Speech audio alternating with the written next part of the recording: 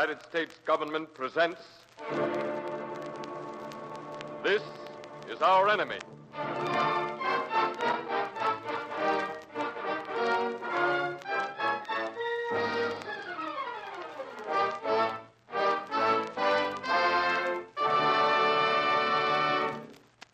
Tonight, millions of Americans are mobilized to win the war and make a peace better than any we've ever had before.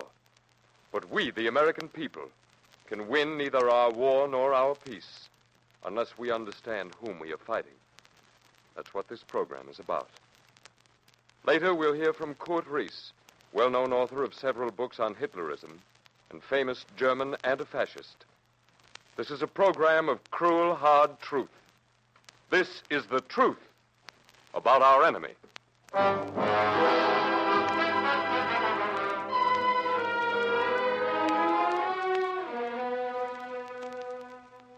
War myths have destroyed more nations than war planes. There was the myth that Hitler's aggressions would end with the Sudetenland. The myth that Hitler's armies would bog down in the mud of Poland. The myth of the invincibility of the Maginot Line. These myths have been partially or wholly the product of Hitler's propagandists. And the latest myth, that the German Army High Command, the Prussian generals, will revolt against Hitler and hand Germany over to the democracies. No, if a revolution comes in Germany, it will be led by the common man, not by the Prussian aristocrats who plotted this war of aggression long before Hitler ever came to power. And though there's no love lost between the Prussian generals and the Nazi Party, though these two factions occasionally do bicker over day-to-day method, they do agree on ultimate aim, world domination. These are simple facts. Yet never have they been more apparent than in the case of Corporal Schuster, a common German soldier. Wilhelm Schuster, charged with high treason and tried before a military... Gentlemen, the court-martial is in session. General von Brauchitsch, chief of the military court, Generals Ritter von Leeb, von Hammerstein, von Kluge, von Cleese presiding. The prosecutor may call the defendant. Corporal Wilhelm Schuster. This way, please. Your Honor, General von Brauchitsch, chief of the military court, the defendant is ready to hear the charge. The case of Corporal Wilhelm Schuster, attached to the staff of General von Reichenau, deceased, 3rd Sector, Eastern Front, charged with high treason. The prosecutor may begin the court-martial. Corporal Schuster. Yes, Herr Prosecutor. Do you understand the charge? I am a common soldier, Herr Prosecutor, a corporal. Why I am on trial here, I do not know. I do know I am not guilty of treason. And I believe I am not on trial here at all, but someone or something else is. And I am just the excuse. No, I do not even try to understand it. It's not your place to question the motives of the court-martial upon which your life hangs. Proceed with the testimony, Herr Prosecutor. Corporal, how long had you been orderly to the late General von Reichenau? All my life. My father lived on General von Reichenau's estate in Ostelbein. During the peace, the general used to come out to the barn where I was working and make me go through the manual of arms. He was always getting ready for war, planning war. He told me how at the end of the first war, the German general staff never really surrendered, but formed a private corporation and went right on making war plans. When it came time for me to join the army, General von Reichenau made me assigned to him. It was unusual for me to carry dispatches except in extremely confidential matters. I was the only one he could really trust. He was surrounded by spies, Gestapo, and army intelligence. Confine yourself to the facts. Yes, sir. Corporal, please tell the court of the incident that occurred on the Eastern Front involving you and the late General von Reichenau. We were deep in the Ukraine. The Russians were counterattacking. One day, General von Reichenau sent for me and told me of a dispatch.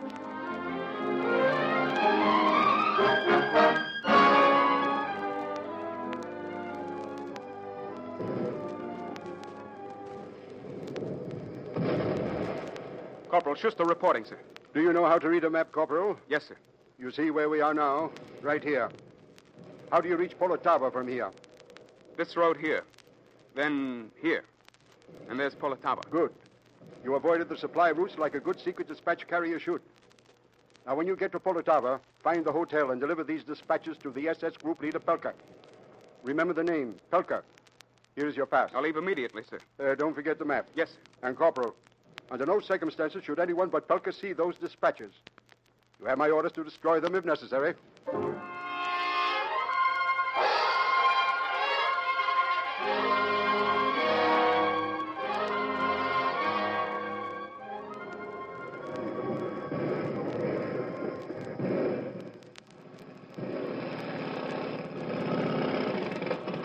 I think we're lost, Corporal. We should have made a turn to the last crossroad. No. Here, look at the map. There's still several kilometers to go before we turn. Then the map is wrong. From the sound of the guns, we're approaching the front, not going away from it. Well, I don't understand it. There are no battle lines on the map here. Look for yourself. Well, maybe there's been a retreat. Listen, the gun's on our left now. Now on our right. There has been a retreat. We're caught between the lines. Turn around and head for the last crossroad. Hurry, we're being shelled by both sides.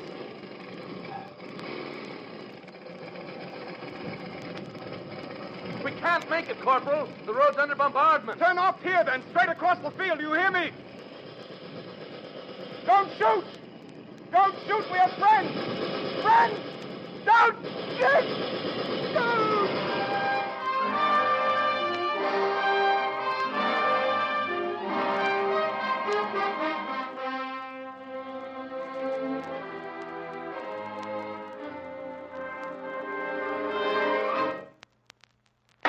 Proceed, Herr Prosecutor. Thank you, General von Brauchitz. Your name, please? Captain Walter Kopp, Infantry, 2nd Sector, attached to staff of General Fedor von Bock. What is your connection with Corporal Wilhelm Schuster? If the court please, I'll start at the beginning. On the day Corporal Schuster was caught between our lines and the Russian lines, we were retreating for strategic reasons. Our machine gunners saw Corporal Schuster and Private Berner approaching in a motorcycle and sidecar. My gunners were excited. They fired. Private Berner was killed. Corporal Schuster seriously wounded. The dispatches they were carrying were brought to me. I examined them. At the very least, they were sensational. I saw immediately it was a matter of greatest importance that they be taken to General von Bock and by him brought to the attention of everyone interested in the preservation of our great German army.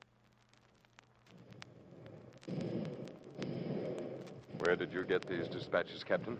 From their carrier. He was accidentally wounded approaching our lines. You read them, I presume? Yes, sir. I thought... You're not supposed to think. I think you understand. I think you follow orders. Yes, sir. I'll have you broken for this. I'll send you to the African front as a second-class private. No.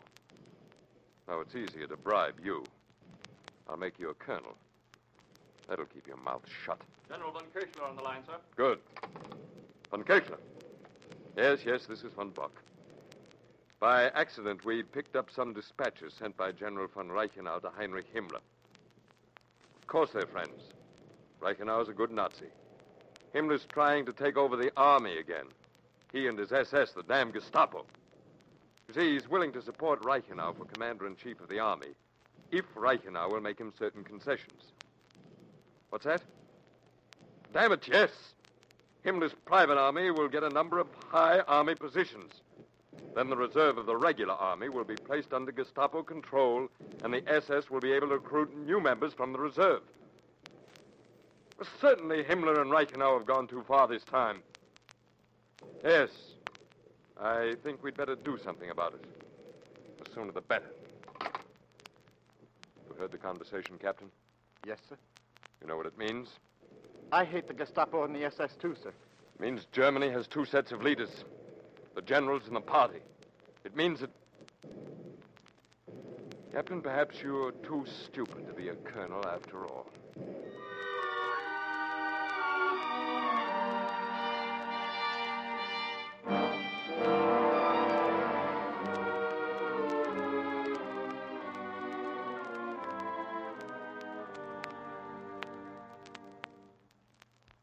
If the court please, will it admit the testimony of Fräulein Turner, nurse at the hospital where Corporal Schuster was confined? The deposition of Fräulein Turner is admissible. Proceed. Fräulein Turner. Corporal Schuster, wounded in the shoulder and the thigh, was placed under my surveillance immediately after his operation. I gave him a trifle more than ordinary care because he seemed especially helpless. And he responded by falling in love with me.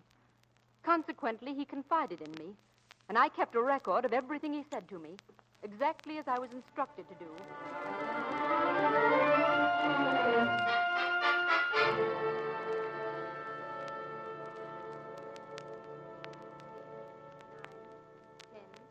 11, 12, 13, 14, 15, 16, 17, 18. There. Your pulse is perfectly normal. You only counted to 18. I thought it was 72. 18 multiplied by 4. Now, go back to sleep. I've done nothing but sleep since I've been here. Why can't you sit here for a while and talk to me? What do you want to talk about? Anything, nothing. Man in trouble wants to talk about himself. You're lonesome. Homesick. Those dispatches, I didn't deliver them and I didn't destroy them. General von Reichenau will have me shot. I must leave. I must get out of here before he finds me. You can't walk. And you'll surely be shot if you desert the army. What has the army been to me? We're abandoned in the freezing cold in Russia. We wear several shirts and sweaters, rags, whatever we can find to warm us. Our hands burn on the frozen rifle barrels. You have seen it countless times here in the hospital. Death is so common it is not even worth talking about. A fine soldier you are. A fine German. You're not fit to bear on national destiny. You think even our generals pay lip service to that anymore? No. To be warm, to be comfortable. That is the thing. That's what we all want.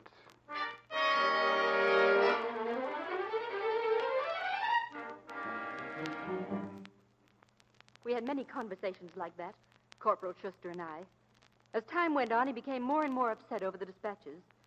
Finally, I agreed to find out what had happened to them.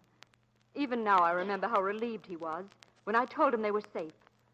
But in a few days, he began to worry again. And when he could endure it no longer, he made me tell him. You're not telling me the whole truth. You know you're not. What happened to the dispatches? Von Buck has them. Go on. Go on. Because of them, General von Reichenau is in trouble with the other generals. Where did you find that out? Everybody's talking about it. What else? What else? They think General von Reichenau will have to stand court-martial. Von Reichenau stand court-martial? Oh, no, because of me and that stupid map. Does that mean I'll have to be a witness? I don't know. It does. Von Reichenau will never forgive me now. You must help me to leave this place, to escape. Impossible. You must. I can escape across the border, Romania, Switzerland. Then I'll send for you. What makes you think I want to come? Well, even if you don't help me.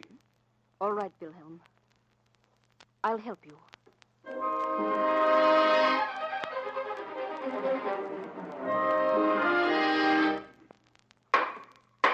Proceed, Fräulein. We waited until his thigh healed. It took a long time. But when he was finally able to travel, it was too late. General von Reichenau sent for him. Is the court to understand that you were aiding a soldier of the Reich to desert his army? Yes. He loved me. And through his loving me, I learned to love him.